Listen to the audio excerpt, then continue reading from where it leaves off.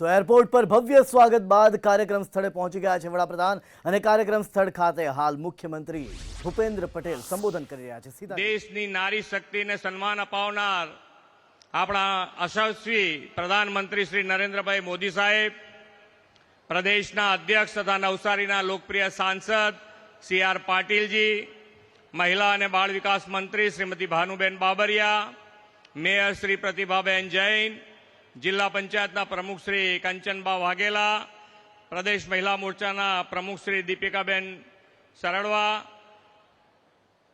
मंच पर उपस्थित सौ साथी धारासभ्यश्रीओ, चूंटायेला जनप्रतिनिधि तथा संगठनना पदाधिकारीश्रीओ, विशाल संख्या में उपस्थित सौ नारी शक्ति प्रेस मीडियाना मित्रों, सौने मारा नमस्कार। विश्व नेता અને આપણા યશસ્વી વડાપ્રધાન શ્રી નરેન્દ્રભાઈ મોદીના નેતૃત્વમાં દેશના બધા જ વર્ગોનો સર્વગ્રાહી, સર્વપોષી અને સર્વસમાવેશી વિકાસ થયો છે। આપણી સમાજ વ્યવસ્થાનું અડધું અંગ ગણાતી નારી શક્તિ માતાઓ બહેનોને સશક્ત એમ્પાવર્ડ કરવાની પહેલ દેશની આઝાદીના અમૃતકાળમાં શ્રી નરેન્દ્રભાઈએ કરી છે।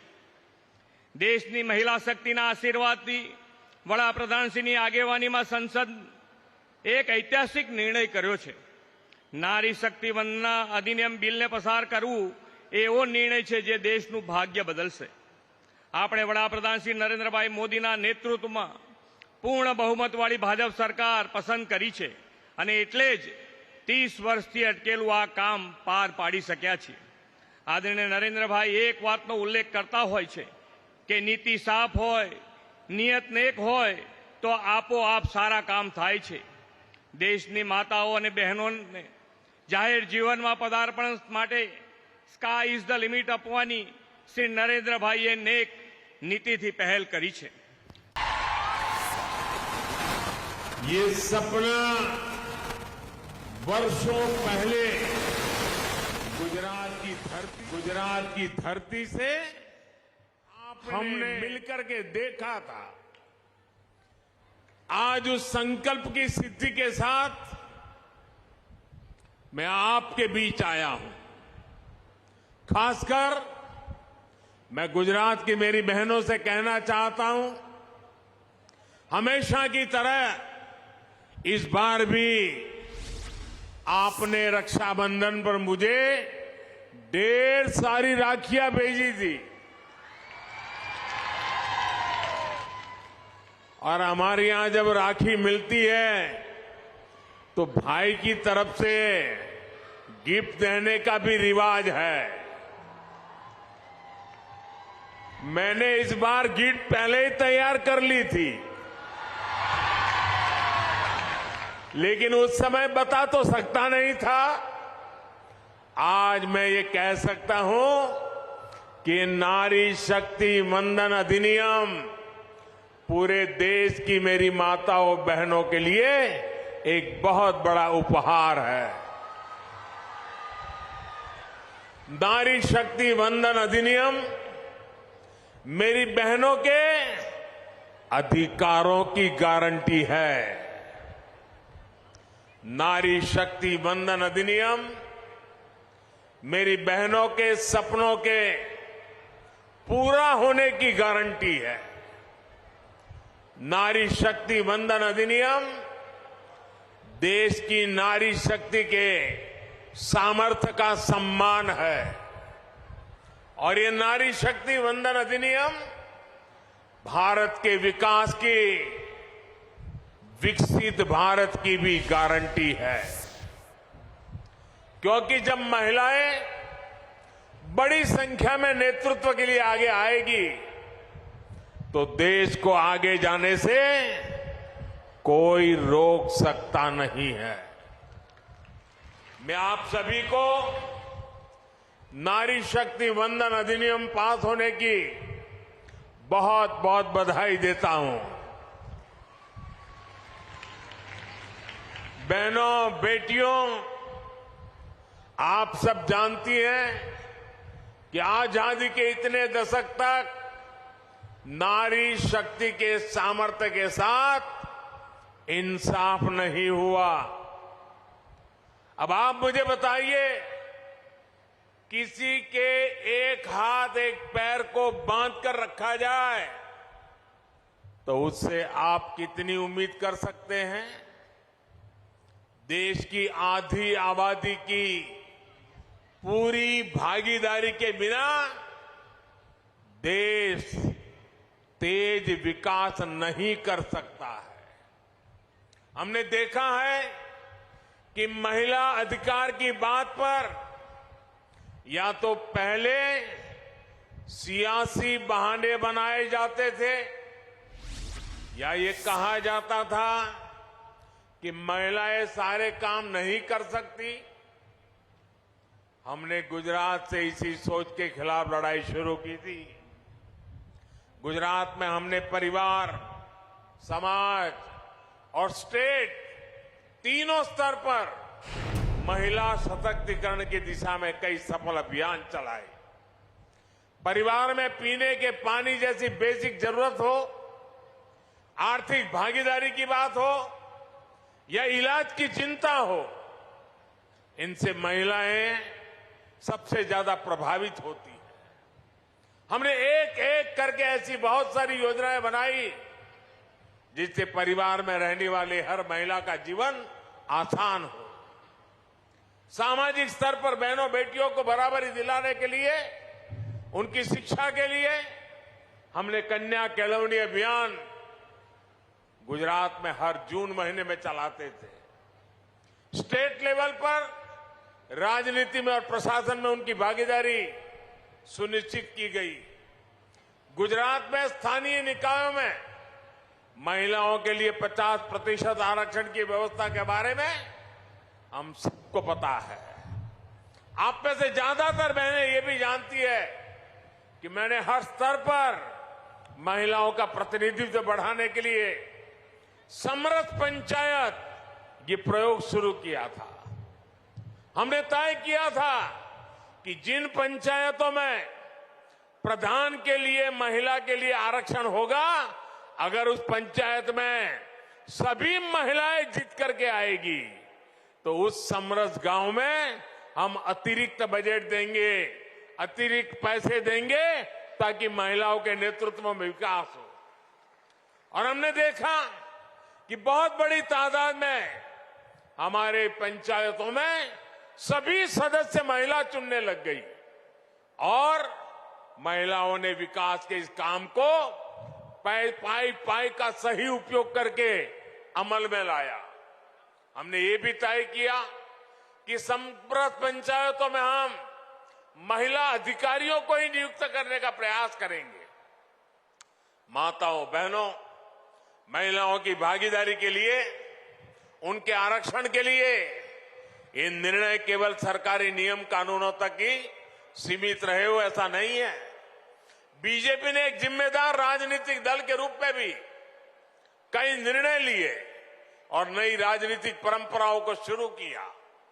स्थानीय निकायों में जो 4 प्रमुख पद होते हैं, mayor, deputy mayor, standing committee chairman और दल का नेता, हमने तय किया कि इनमें से कम एक महिलाओं को लिए रिजर्व हो और वहां अगर एससी कम्युनिटी है तो एसटी कम्युनिटी है तो एसटी, उनको भी इसका एक पद दिया जाए। ये पद हमारे दलित समाज, हमारे आदिवासी समाज, उनके लिए हमने करने का प्रयास किया। गुजरात में ये जो सफल प्रयोग हमने किए, इससे हमें महिलाओं के लिए काम करने का एक अनुभव भी मिला, आत्मविश्वास भी मिला। आज देश में घर से लेकर संसद तक हर क्षेत्र में महिलाओं से जुड़े जो बड़े फैसले हो रहे हैं, उनमें गुजरात के इन अनुभवों की बड़ी भूमिका है। माताओं बहनों, गुजरात में वर्षों पहले हमने जेंडर बजट का नया प्रयोग किया था। बहनों बेटियों के सर्वसमावेशी विकास के लिए सर्वग्राही नारी गौरव नीति बनाने वाला गुजरात देश का पहला राज्य था। इस नीति के माध्यम से महिलाओं को आर्थिक एवं सामाजिक तौर पर ज्यादा अवसर मिले, महिलाओं का स्किल डेवलपमेंट हुआ, महिलाओं के लिए रोजगार के अवसर बढ़े, प्रदेश की महिलाओं का उनके सरकार की कल्याणकारी योजनाओं का लाभ पहुंचे, इसलिए अलग से महिला बाल विकास मंत्रालय की शुरुआत की गई थी। गुजरात में पुलिस समेत सभी सरकारी भर्तियों में महिलाओं के लिए 33% आरक्षण है। गुजरात में पशुपालन के व्यवसाय में भी 65% से अधिक हमारी माताएं बहनें कार्यरत है। अकेले गुजरात में डेयरी क्षेत्र में 35 लाख से ज्यादा महिलाएं सक्रिय भागीदारी कर रही है। महिलाओं को पशुपालन व्यवसाय में बल मिले, इसलिए प्रदेश में महिला दूध सहकारी मंडलियों का गठन किया गया। हमने उस समय ही डेयरी के पेमेंट के लिए डिजिटल पेमेंट की व्यवस्था शुरू की थी।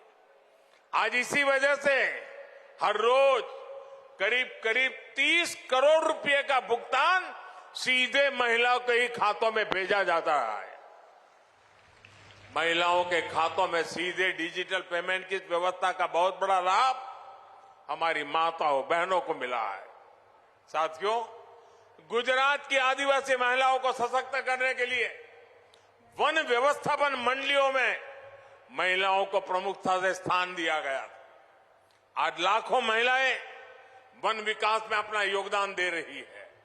गुजरात में महिलाओं को स्वरोजगार में परेशानी ना आए, इसलिए महिला आर्थिक विकास निगम की शुरुआत की थी। महिलाओं के आर्थिक सशक्तिकरण के लिए मिशन मंगलम की शुरुआत की गई। महिलाओं के हुनर को बल मिले, इसलिए सखी मंडलों का गठन किया गया। आज गुजरात में 2.5 लाख से ज्यादा सखी मंडल कार्यरत है और उनके बनाए गए उत्पादनों की बिक्री के लिए खास मेलों का आयोजन किया जाता है। गुजरात में एक समय माता मृत्यु दर काफी ज्यादा हुआ करती थी। प्रसूता माताओं को बचाने के लिए हमने चिरंजीव योजना शुरू की, उनके पोषण पर काम किया और आज के नतीजे हम देख रहे हैं। साथियों, ये सब कोई ऐसे ही चलने वाली सामान्य प्रक्रियाएं नहीं थी। इसके पीछे एक लंबी सोच थी, सोची समझी दूरगामी रणनीति थी। आज इसका प्रभाव हम गुजरात में देख रहे हैं। आपसे मैं भी अनेक बहनें ऐसी होगी जिन्हें नीतियों के कारण लाभ हुआ है, जीवन में आगे बढ़ने का अवसर मिला है। साथियों, पानी समितियों में महिलाओं की भागीदारी, महिला नेतृत्व की शुरुआत भी हमने सबसे पहले गुजरात से ही की थी। गुजरात की पानी समिति की इस व्यवस्था को अंतर्राष्ट्रीय अवार्ड भी मिला था। मुझे याद है कि इस पहल के लिए गुजरात को न सिर्फ राष्ट्रीय स्तर बल्कि अंतर्राष्ट्रीय स्तर पर भी सराहना मिली थी। गुजरात को यूनाइटेड नेशन और कॉमनवेल्थ एसोसिएशन से 2 बड़े अंतर्राष्ट्रीय अवार्ड भी मिले थे। इन्हीं अनुभवों से सीखते हुए हमने देश में जल जीवन मिशन शुरू किया। आज पूरे देश को जल जीवन मिशन के जरिए उसका फायदा मिल रहा है। माताओं बहनों, बीते 9 वर्षों में हमने देश में महिलाओं के लिए जन्म से लेकर के वृद्धावस्था तक पूरे जीवन को बेहतर बनाने के लिए काम किया है। हमारे देश में कन्या भ्रूण हत्या से लेकर बच्चियों की अशिक्षा तक ऐसे कितने सामाजिक कलंक लगते थे। हमने बेटी बचाओ बेटी पढ़ाओ अभियान शुरू किया। आज हम गर्व से दुनिया के सामने कह सकते हैं कि देश में महिला पुरुष अनुपात तेजी से सुधरा है। हमने गर्भवती महिलाओं के लिए मातृ वंदना जैसी संवेदनशील योजना चलाई, पोषण की चिंता करना शुरू किया। आज देश में बच्चे के जन्म के समय होने वाली मां और बच्चे दोनों की मृत्यु दर में कमी आई है। स्वच्छ भारत अभियान के तहत हमने स्कूलों में शौचालय बनवाए। सुकन्या समृद्धि योजना के माध्यम से बेटियों के नाम पर जो बचत होती है उस पर ज्यादा ब्याज मिलता है।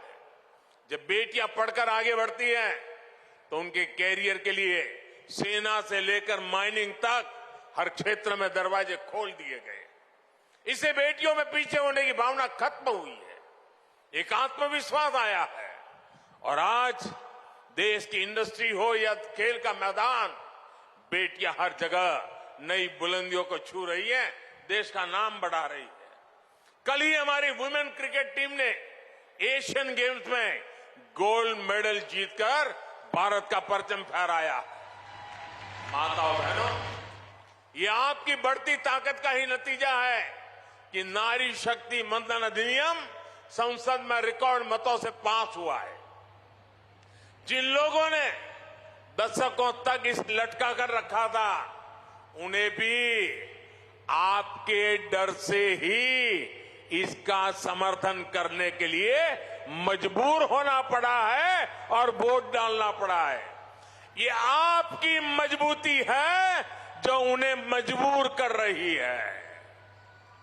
आपने देखा होगा अपने बयानों में लोग कैसे कैसे किंतु परंतु लगा रहे थे, कैसे कैसे बहाने बना रहे थे। इन्होंने महिलाओं को अलग अलग वर्गों में बांटकर आपकी ताकत को कमजोर करने का पैंतरा भी चला।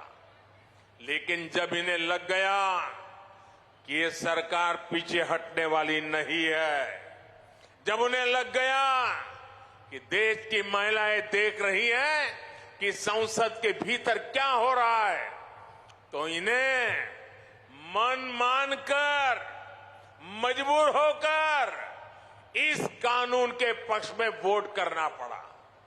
मैं आप सभी को इस बहुत बड़ा काम और आपने इतनी बड़ी संख्या में आकर के आशीर्वाद दिया, इसलिए मैं आपका आभार भी व्यक्त करता हूं, आपको बहुत बहुत बधाई भी देता हूं।